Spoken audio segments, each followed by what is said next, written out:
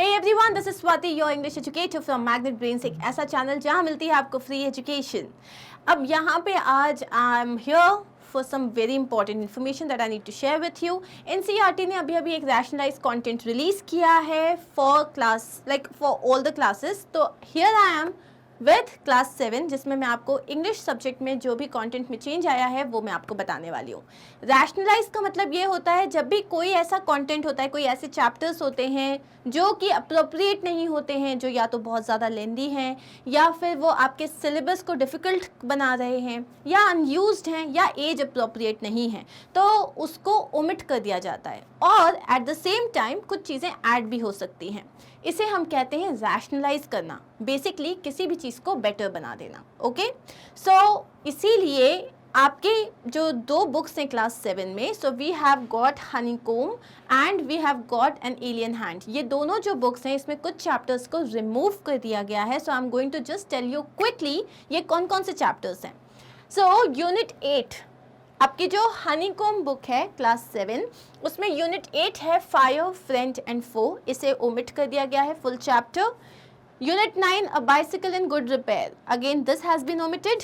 Unit 10 the story of cricket and this chapter has also been removed. Trust me, ये तीनों chapters बहुत interesting है। Fire, friend and फो बहुत informative chapter है, जिसमें आपको फायर के बारे में, उससे जो डिज़ास्टर हो सकता है प्लस उसके जो यूजेस हैं, दोनों ही चीज़ें सीखने में आपको बहुत हेल्प होती है। बाइसिकल इन गुड रिपेयर ये एक बहुत ही कॉमिक स्टोरी है, मज़ा आता है इसको पढ़ाने में भी और पढ़ने में भी। And the story of cricket to all the cricket lovers over there, इसमें क्रिकेट के बारे में मैंने बहुत सीखा। इतना मुझे क्रिकेट के बारे में पता नहीं था। Everything right from the size of a bat या बॉल और पिच एक्सेट्रा। तो ये तीनों चैप्टर्स हैं बहुत इंटरेस्टिंग, लेकिन अब ये ओमिट कर दिए गए हैं। ठीक है, सिमिलरली जो आपकी सप्लीमेंट्री रीडर है एन एलियन हैंड, इसमें भी कुछ चैप्टर्स रिमूव कर दिए गए हैं। चैप्टर 3 द डिजर्ट, ये पूरा का पूरा हटा दिया गया है। Chapter 4 the cop and the anthem, ये भी पूरा रिमूव कर दिया गया है। Chapter 6 I want something in a cage, again a very beautiful chapter but it has been removed. So ये तीनों चैप्टर्स अगर आप पढ़ चुके हो, जितना भी जो भी चैप्टर्स ओमिट कर दिए गए हैं, अगर आप पढ़ चुके हो तो भी कोई बात नहीं, नॉलेज नेवर हार्म्स यू। और अगर आपने नहीं पढ़ा है तो you won't have to literally give your heart to it, मतलब आपको एक एक चीज़ रटने की ज़रूरत नहीं है। But being a teacher I would literally would want to say this, knowledge is never harmful, right. आप ये जो चैप्टर्स पढ़ रहे हो, इसमें जो भी वर्ड्स आ रहे हैं, इनमें इनके एक्सरसाइजेस में आप जो ईडियम्स या फ्रेजेस सीख रहे हो या ग्रामर पार्ट सीख रहे हो, ये चीज़ें ओमिट नहीं हुई हैं, राइट। इन्फॉर्मेशन आपको पता होनी चाहिए, क्योंकि जब आप नेक्स्ट स्टैंडर्ड में जाओगे तो वो आपसे एक्सपेक्ट करेंगे कि आपको ये सारी चीज़ें आनी चाहिए। इसीलिए ट्रस्ट मी, दो इट हैज़ बिन रिमूव्ड, लेकिन it would not harm you अगर आप इस चीज़ को पढ़ लोगे।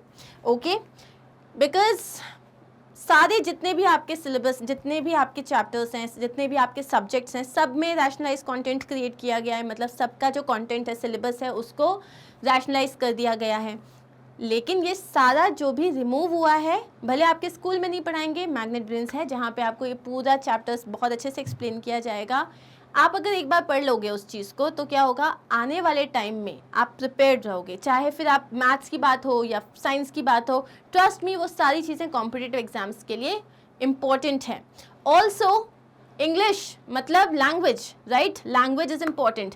तो ये ना हो कि उसमें एक चैप्टर में डायरेक्ट इनडायरेक्ट स्पीच थी, लेकिन आपने तो पढ़ी नहीं, और नेक्स्ट जब आप 8th स्टैंडर्ड में गए तो उन्होंने बोला आपको तो ये नहीं आता, वो दिक्कत हो जाएगी ना। इसीलिए ऑल आई विश टू से इज़ दैट ओमिटेड है but you can still give it a read, एक बार आप देख सकते हो। ठीक है, चलिए, thank you so much, that was it. मिलते हैं बहुत जल्दी।